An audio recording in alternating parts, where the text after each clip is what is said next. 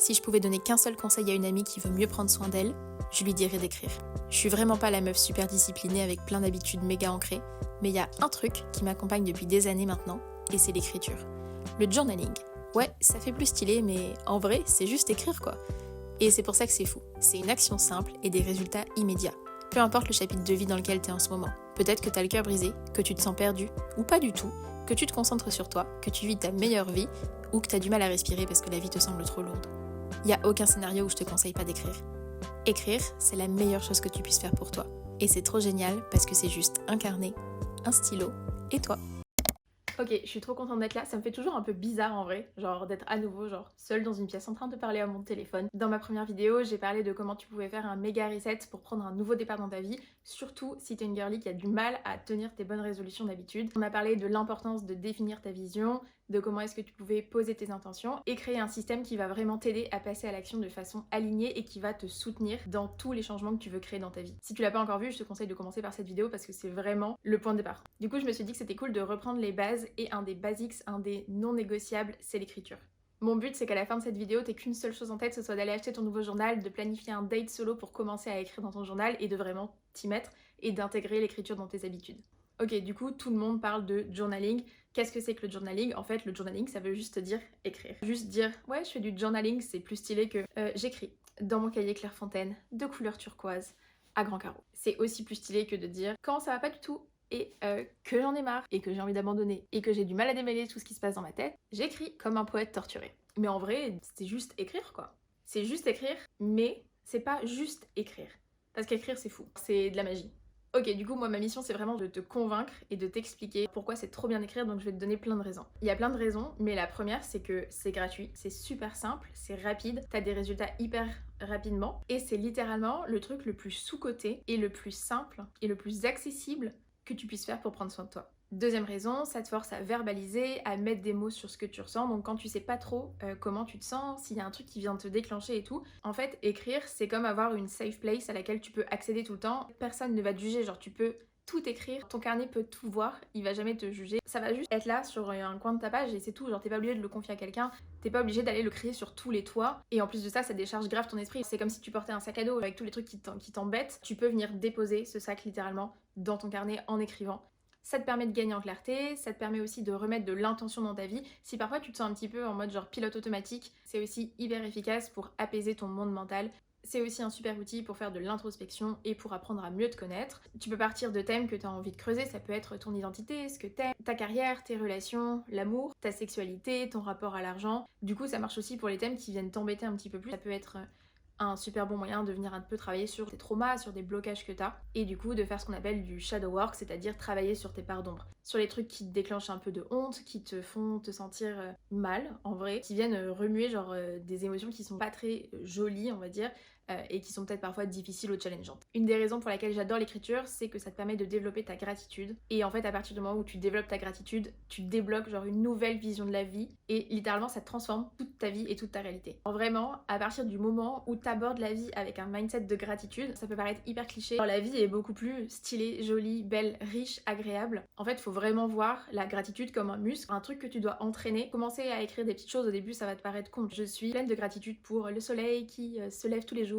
pleine de gratitude d'avoir mon corps qui fonctionne et qui me permet de faire plein de choses de fou, marcher, faire du sport, respirer, faire des câlins aux personnes que j'aime. Mais au bout d'un certain temps, à force d'avoir entraîné ce muscle-là, déjà ça paraîtra beaucoup plus naturel, beaucoup plus facile, et tu vas te rendre compte que les choses que tu considères comme des petites choses, qui sont un peu niaises ou qui sont juste des petites choses, bah en vrai, c'est aussi ça qui fait la richesse de la vie, et c'est hyper cool, et on a trop de chance en fait. Écrire, ça peut aussi t'aider à manifester. Je sais que la manifestation, c'est un mot qui déclenche et qui fait peur. En vrai, tu peux voir manifester comme deux choses différentes. Tu peux soit te dire que c'est un outil psychologique. Le fait d'écrire quelque chose, c'est comme faire des scénarios pour ton cerveau. Et qu'en vrai, ton cerveau, il peut pas vraiment faire la différence entre ce qu'il pense être vrai et ce qui est vraiment vrai. Ton cerveau, il peut pas faire cette différence-là. Et c'est aussi ce mécanisme-là qui explique l'anxiété, tu vois. Donc tu peux le voir comme un outil psychologique et tu peux aussi voir la manifestation comme un truc un petit peu plus magique, on va dire, en te disant que tu fais confiance à l'univers et que si ce que tu veux, c'est fait pour toi et qu'en plus tu passes à l'action de façon alignée, alors c'est fait pour toi et ça va arriver. Et ma dernière raison, c'est juste en vrai, pourquoi pas. Genre là, je t'ai donné une tonne de bonnes raisons pour lesquelles tu devrais écrire.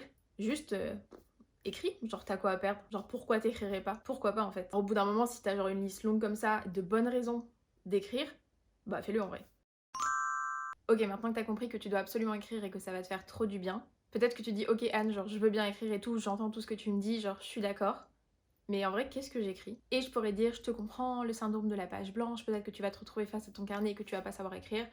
Je pense que tu vas savoir quoi écrire. Juste de base, par défaut, si t'es une meuf qui traverse sa vingtaine, je suis sûre que genre toute la journée, t'es en mode overthinking et qu'il se passe absolument plein de choses dans ton monde mental, plein de choses dans ton monde émotionnel, et que t'as forcément soit des choses à raconter en mode journal intime, soit des choses qui t'embêtent, qui te font chier, soit des choses que t'as envie de manifester, d'attirer dans ta vie. Du coup, j'ai fait une petite liste des différentes façons, des différentes techniques de comment est-ce que tu peux écrire ce que tu peux écrire. Premier truc hyper évident, c'est l'écriture intuitive, c'est-à-dire juste genre ouvrir ton carnet et écrire. Écrire tout ce qui te passe par la tête, comment tu te sens aujourd'hui, qu'est-ce que t'as dans la tête, je sais pas, genre juste tes pensées, hop, tu les mets à l'écrit. Les deux choses que tu peux faire quand tu fais de l'écriture intuitive, un, juste déballer, genre décharger tout ce que tu ressens. Peut-être que parfois tu vas genre commencer à écrire sur un sujet, genre un truc qui te bloque et tout, où tu vas avoir envie d'écrire sur ce sujet, mais tu vas te retrouver vite bloqué, genre tu vas écrire 3 lignes, et en fait tu vas être en mode bah voilà, j'ai écrit comment je me sentais, j'ai écrit que ce truc me saoule, mais j'ai rien d'autre à dire, genre ce truc me saoule. Là du coup tu peux utiliser une technique que moi j'aime beaucoup qui s'appelle genre la technique des pourquoi. Tu pars de ce que tu viens d'écrire et tu te demandes pourquoi. Tu réponds à ce pourquoi. Hop, donc là t'as un nouveau truc. Tu te redemandes pourquoi, tu te redemandes pourquoi et tu le fais jusqu'à ce que tu mettes le doigt sur genre un truc où tu vas dire ok je l'ai, ok j'ai compris. Donc voilà, petit tips, la règle des pourquoi fonctionne très bien, j'adore. Deuxième technique d'écriture, c'est la gratitude. Tu peux juste te mettre à écrire une liste de trucs pour lesquels tu as de la gratitude dans ta vie, mais ça peut être hyper random. Ça peut être aussi les choses que tu aimes chez toi, toutes les choses pour lesquelles tu ressens de la gratitude et qui font partie de toi, ou alors ta vie, ou alors tes relations, ou alors n'importe quel thème. Et si tu pars du principe que dans la vie, tout est énergie, en fonction de toi, l'énergie que tu vibres et que tu émets, plus ton énergie elle est haute et plus tu peux attirer des choses qui sont sur le même niveau d'énergie. Donc en gros, si tu augmentes ton énergie en augmentant ta gratitude et en changeant ton mindset, et plutôt en voyant tout ce qu'il y a déjà à célébrer et pour lesquels ressentir de la gratitude, bah genre tu augmentes ta vibration et tu peux attirer des choses qui sont genre plus hautes en vibration et qui sont genre du coup plus chouettes. Et pareil, la gratitude c'est un truc que tu peux utiliser genre en version hyper rapide, donc par exemple commencer chaque journée en écrivant 3 petits trucs pour lesquels tu ressens de la gratitude. Et ça te permet genre bah, de travailler, comme je te disais tout à l'heure, ton muscle de la gratitude. Et pareil, ce que je disais juste avant, bah élever tes vibrations. Troisième technique d'écriture, c'est l'intention. Donc si tu veux remettre de l'intention dans ton quotidien, dans ta vie, et en fait ça vient vraiment t'obliger à remettre de l'intention, remettre de la conscience sur ok, dans ma journée, qu'est-ce qui est important, quelle énergie je veux créer et inviter dans ma journée, ou alors mes intentions pour la semaine. C'est un peu comme une to-do, mais une to-do, tu sais, qui a une consonance un peu genre magique, un peu chouette, un peu plus élevée que juste je dois faire ça et tout. Exemple, pour cette semaine, mon intention c'est de venir mettre plus de temps et plus d'énergie dans les relations avec mes personnes préférées et les personnes qui comptent. Ou alors, pour le mois qui arrive, mon intention principale et l'énergie que je veux inviter dans ce mois-là et que je veux incarner, c'est que je veux prioriser mon bien-être et m'écouter et me dire oui. Ça, c'est une technique d'écriture que tu peux utiliser au quotidien pour mettre une intention avant de commencer ta journée, ou alors bah, au début de chaque semaine, au début de chaque mois, au début de chaque année. Quatrième technique d'écriture, c'est la manifestation, c'est écrire pour manifester. En gros, écrire pour changer ta réalité et attirer dans ta vie, dans ta réalité, les choses que tu veux. Comment est-ce que tu peux écrire pour manifester? L'idée, c'est d'écrire comme si tu étais ton futur toi. Quelques petits tips qui sont importants quand on écrit pour manifester. Parler au présent. Parler comme si tu avais déjà ce que tu veux manifester, ce que tu veux attirer, comme si c'était déjà ta réalité. Donner plein de détails et aussi de te concentrer sur comment est-ce que ça file. Genre comment est-ce que ça te fait te sentir de savoir que t'as déjà tout ça. Imaginons tu veux manifester un mec, une meuf dans ta vie, genre une relation. Au lieu de dire je manifeste un mec, je suis en couple, rentre dans le détail. Comment est-ce que tu te sens dans cette relation, toutes les choses que tu veux sentir. En gros, vraiment imaginer comment est-ce que tu as envie de te sentir et genre d'écrire tout ça. Au lieu d'écrire juste je veux un mec ou je veux une meuf ou genre je suis complètement désespérée, je veux quelqu'un dans ma vie. Écris comment tu vas te sentir quand tu auras ta personne.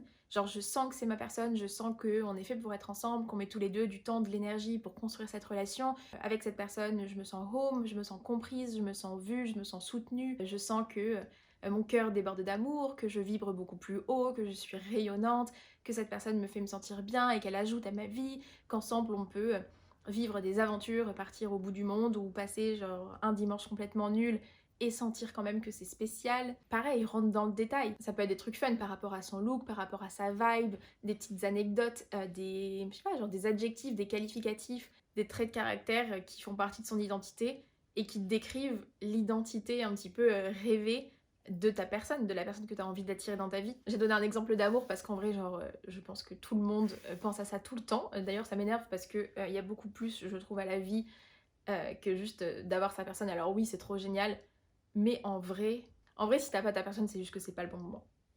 Voilà, c'est mon avis. Ok, après avoir fait un petit blabla love, 5e technique pour écrire, écrire pour introspecter. En gros, tu choisis des sujets sur lesquels tu as envie de mieux te connaître, tu as envie de mieux comprendre comment tu fonctionnes, tu as envie de mieux comprendre ce dont tu as besoin, ce qui te bloque. Tu peux aussi choisir des sujets qui pour toi sont un peu plus lourds à porter. Je sais pas, qui portent des blocages, qui sont un petit peu synonymes de trauma et que tu as envie d'aller un peu creuser. Et ouais, en vrai, l'écriture, ça peut être un super outil pour justement t'accompagner et t'aider à démêler tous les trucs qui sont un petit peu... ouais, les trucs qui sont un peu emmêlés, qui te paraissent hyper sombres, hyper cachés, enveloppés de tout un truc et t'as du mal à aller au cœur du truc. Écrire, c'est un super bon moyen d'arriver à mettre le doigt sur les racines et d'arriver à tout, tu sais, tout démêler, tout apaiser, comme si t'imagines une big pelote de laine qui genre sont dessus-dessous et tout. Genre imagine que ça, c'est ton monde mental et en fait, genre en prenant le temps et en étant en mode ok, on va s'occuper de cette pelote, on va s'occuper de ce blocage et hop, tu tires tout doucement sur les fils, tu démêles, tu prends le temps, tu regardes, tu comprends, tu t'interroges, tu te poses des questions et tout. Au lieu d'avoir une grosse pelote comme ça là qui fait peur et tout et qui est énorme et qui est emmêlée, genre bah en fait tu commences à avoir presque un petit tapis en fait, un truc un peu plus doux et moins genre plus Et parce que j'aime bien que ce soit hyper concret, je veux que tu regardes cette vidéo, que tu aies super envie d'écrire et que genre tu saches exactement comment tu vas faire. Je pense que je vais te préparer une petite liste de genre premières questions que tu peux te poser pour commencer à écrire. Donc je te mettrai à l'écran. Là je vais le faire maintenant. Et comme ça tu peux prendre un screen. Et là pareil je te remets un autre écran. Donc tu vas pouvoir faire une deuxième capture d'écran. Je sais pas, je les ai pas encore faites en vrai. Donc je sais pas à quoi ça va ressembler. Mais ce sera genre d'autres questions pour aller plus loin. Ok, maintenant tu as très envie d'écrire et tu sais pourquoi c'est très bon pour toi d'écrire. Tu sais aussi ce que tu peux écrire, toutes les différentes techniques que tu peux utiliser pour te mettre à l'écriture. Et maintenant, je pense que tu te demandes, ok, mais en vrai, quand est-ce que j'écris? Comment est-ce que ça rentre dans mes routines? Comment est-ce que genre j'intègre cette nouvelle habitude à ma vie? Déjà, je pense que le fait que tu veuilles commencer à écrire mérite un date. Première fois que tu vas écrire, que tu vas ouvrir ton carnet et que tu vas te mettre à écrire, pour moi, ça mérite un solo date sympa. Ok, maintenant peut-être que tu te demandes à quelle fréquence je vais écrire. Je pense que la bonne réponse, il n'y a que toi qui l'a. Ça peut être tous les jours ou ça peut être quand tu as besoin. Ça peut être le matin, ça peut être le soir, ça peut être n'importe quel moment de la journée où tu sens que tu as besoin ou envie d'écrire et que ça peut te faire du bien. Et en fait, je crois que j'en ai marre des règles, genre surtout dans la sphère du dev perso. Oui, c'est ouf si tu joues le jeu et que genre tu te promets et que tu t'engages pour toi et par amour pour toi d'écrire tous les jours et d'écrire tous les matins ou d'écrire tous les soirs. Mais vas-y, en vrai, c'est aussi genre ok et très cool et très bien d'écrire une fois par mois. Genre en vrai, moi je préfère que t'écrives une fois par mois plutôt que t'écrives jamais. Donc genre si tu sais que tu peux pas ou que t'as pas envie ou que tu vas pas réussir à écrire tous les jours, ne te stresse pas. C'est comme si quand tu vas à la salle ou faire ton sport, tu te dis ah je suis nulle. Les vrais gens qui sont nuls, c'est ceux qui sont sur leur canapé et qui sont pas en train de faire du sport. Donc genre on va pas, encore une fois, se culpabiliser et se sentir genre pas assez bien parce que genre on pense que ce qu'on fait c'est pas assez bien.